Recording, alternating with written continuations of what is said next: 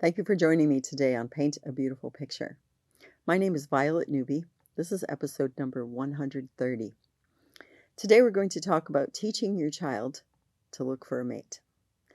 I know that might sound really funny. I want to tell you something. The most important decision any human being ever makes is who their mate is. Plain and simple.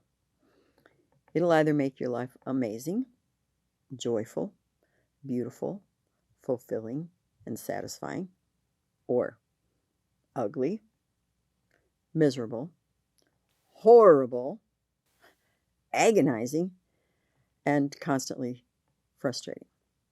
It's absolutely true. The more people I counsel, the more strongly I recognize the truth of that.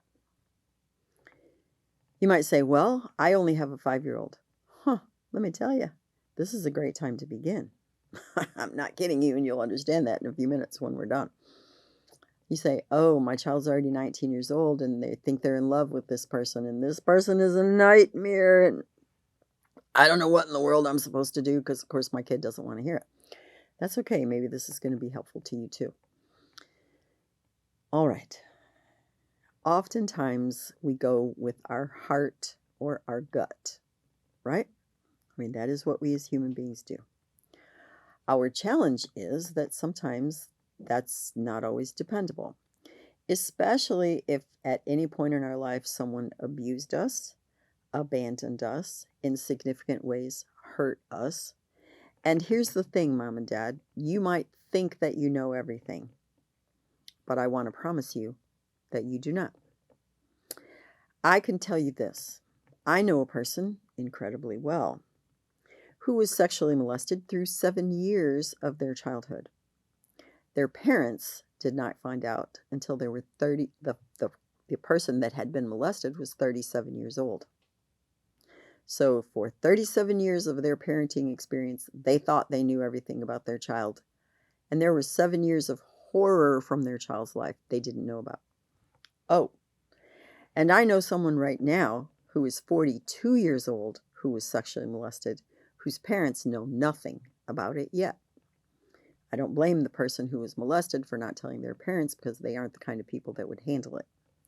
My point being, don't assume that you know everything.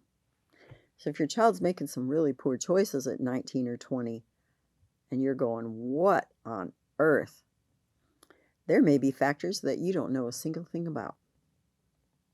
I just want to put that little bell going ding, ding, ding, ding, ding in your heart and mind, because sometimes there are things happening you don't even know or understand. But in general, your child's had a reasonably calm and regular, ordinary, stable life. And now they're 16, 17, 18 years old. They are making decisions that are going to affect them for the rest of their lives. You really want them to make good choices and to select a good mate. And what in the world are you going to do to impact those decisions? Okay, let's talk. First of all, some people are drawn to the bad. Like there are girls who just love bad guys, and there are guys that just love bad girls. That's honestly true. If you've never seen Grease, and incidentally, I'm not approving of Grease because I happen to dislike that a lot, but you'll see this, good girl, bad guy persona thing going on, both of them trying to switch sides for the other one. It definitely happens more often than you want to know. I'm not going to go into the psychological or heart dynamics of that. I'm just acknowledging to you it's a real thing that people want to go to the bad. Okay, that's heartbreaking for them and often heartbreaking for you. And seldom does it end well, but it definitely can happen. Then there are people who are looking for someone to save them. A young woman who can't stand her household. A guy whose mom is really manipulative and really controlling, and he's way over it. He just wants to get a better woman in his world, so he kind of like grabs up the first chick he sees. There are people who are desperately lonely. Not everyone is equally secure or feels as confident in and of themselves when they're alone. They want someone to be with. So out of pure desperation and emotional neediness and not wanting to be alone. They kind of grab the first thing that comes along, or the first person who's willing to be with them at least. And sometimes that's all right. Sometimes it's really not. Some people are looking for deep passion, whether that is physical passion or emotional passion or psychological passion, and they're just looking for that, and they find that, and honey, they are going to grab that, and they are not going to let go.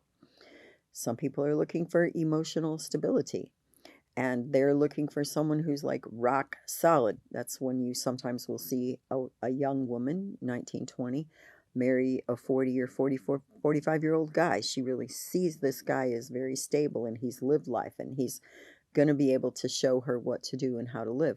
You can also see that in reverse sometimes. You'll see a 20-year-old guy with a 35 or a 40-year-old woman, and that same thing is going on. He's looking for that kind of emotional stability. Some people are looking for financial stability. Same scenario. And there doesn't have to be a big disparity in ages, but sometimes a younger person will look for someone who really has a great living or a nice house, and they're looking for that. People are looking for different things. And sometimes it's really perplexing as parents, like, where did this message get into my kid's head? And why is that what they seem to be looking for? What's going on with them? All right. So you have that discussion with your child. And when they're looking for a mate, they need to look for someone who is somewhat like them. In other words, perhaps a somewhat similar socioeconomic status, someone who had a somewhat similar upbringing. In other words, I have known people, I'll tell you about this couple I knew. She was a Buddhist, and I mean, went to the temple, burned the incense, did the chants, a really heavy duty Buddhist, and he was a Jew. And I do mean a practicing Orthodox Jew. And they were married, and they had quite a stable marriage. They never talked about God. So you know what? The spiritual aspect of their marriage was totally missing. And they were okay. They both had PhDs. They were both very in their heads, and they had an emotional and a mental relationship. They were okay. When they had children, that was another story. All I'm saying to you is you're guaranteed going to have trouble when you marry someone with a different socioeconomic background, because if you were raised poor and they were raised rich, you don't see the world or think of things the same. If you're a Buddhist and they're a Jew or a Christian, you're not going to see the world the same. You're going to have real challenges there. If they are from one race or culture and you are from another, you can certainly have real challenge and real differences. I'm just saying, you can encourage your child to look for a mate who is somewhat the same. That's not always going to work, but it doesn't mean that you can't encourage them about the reasonableness of doing that. Incidentally, my daughter-in-law is another race altogether, and that's great with me. I'm not saying it because of that. I'm saying it because there are difficulties and challenges when you go farther afield. So you're trying to reduce those things for your children. Then you tell them to look for someone who really is appealing to them. You know, if there's a guy and he goes, I just can't stand fat chicks, but he marries a woman who's a size 20, what is he doing? He's setting himself up to be frustrated and unhappy every day. This is not even logical, right? Or you have this girl and she says, I really don't like short guys. And she meets this guy who's 5'1", like she really likes him, but sooner or later, something in her is really going to go, eh. Why sign yourself up for trouble? Really look at what appeals to you. Now we're going to go to the other side. I know someone. When they were 15 years old, they wrote this list. My husband's going to be 6 feet tall. He's going to have blonde hair and blue eyes. He's going to come from this particular kind of family in this kind of economic class, and he's going to be a college graduate. That was the list. Nothing about his character. Nothing about his personality. She married someone, fit every part of that bill, made her miserable every single day of her life. Just because things appeal to you doesn't mean that's just what you need. I'm saying to you, though, it's smart to know what does appeal to you, so you address that with your child. In other words, this isn't the only parameter, but it's one of them. Okay? Then They really need to look at their mind, their heart, and their body. That's what we're made up of: a body, a soul, and a mind, a spirit. Do you know what? If you're very cerebral, you have a very active mind, you're always thinking, you're always getting more and more learning, you're highly educated, and you care about such things, you're an idea person, and you marry someone who's a total flake, like doesn't think, never read a book, isn't interested in deep discussion, oh, you're going to go nuts within a few years. If you're a highly physical person, you really are very active physically, you love to exercise, you're kind of an adrenaline junkie, you love to go travel and do all these things, and you're very sexual. Like, that doesn't mean you're sexually active, but you know that you're really interested in sexual things, and you marry someone who is just totally cerebral and never exercises and never wants to do anything physical, again, you're signing yourself up to go insane. Why would you do that to yourself? If you are a person who really lives out of your heart, you're so creative, you're so artistic, you're very compassionate, you're very giving. Everything in the world comes pouring through your heart. And you marry someone who's totally physically oriented, yeah, as my friend said it, it's like taking a racehorse and a mule and putting them in harness every day.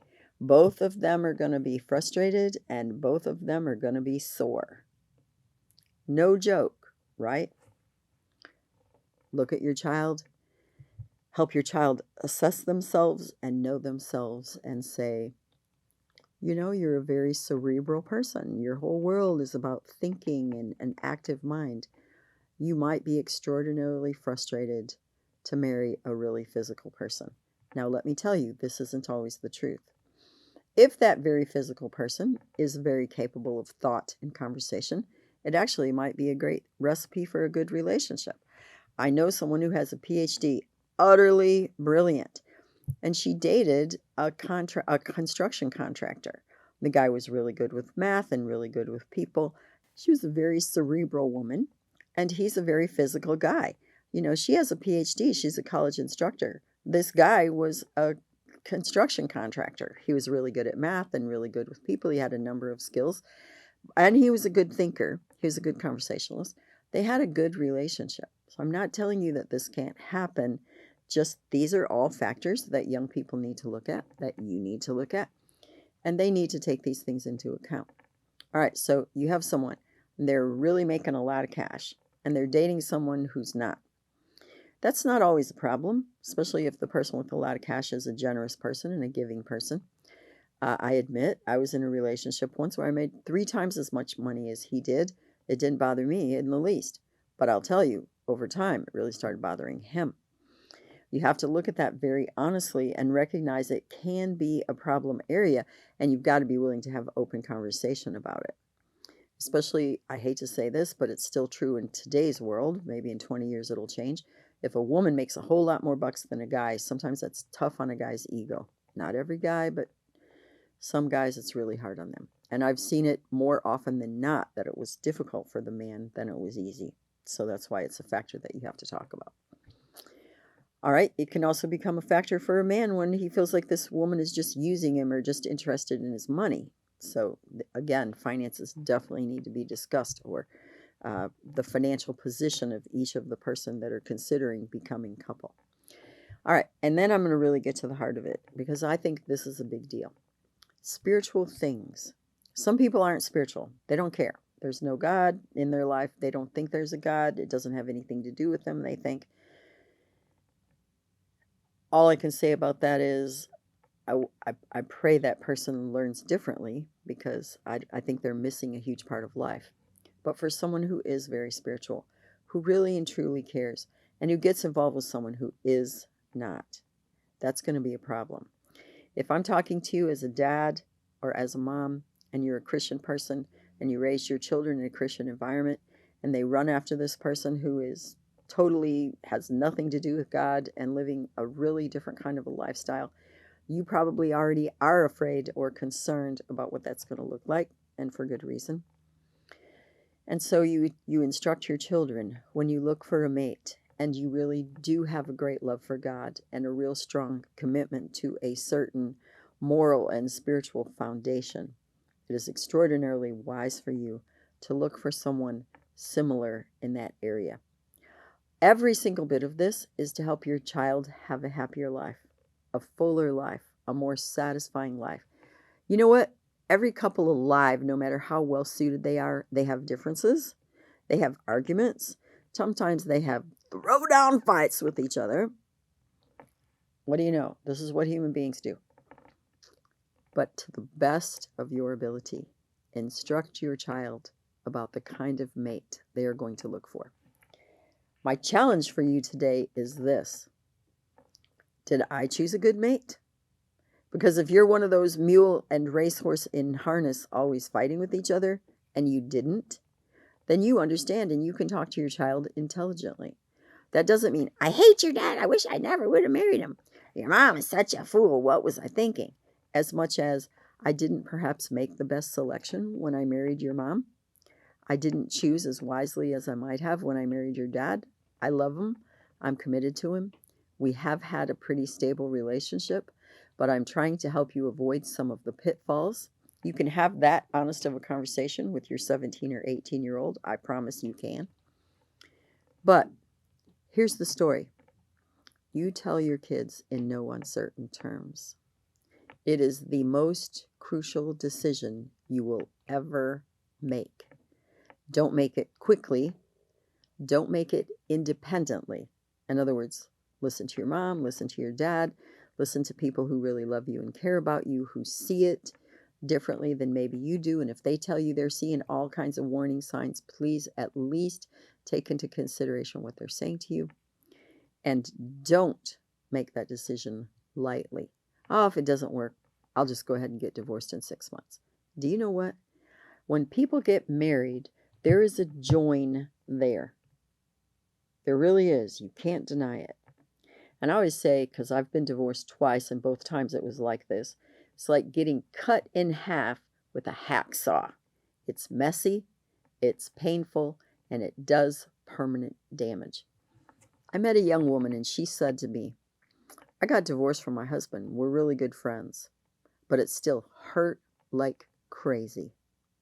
That was probably the cleanest, simplest divorce I ever heard of, but she had enough courage to tell me how painful it was, and it always is. So never enter into marriage lightly.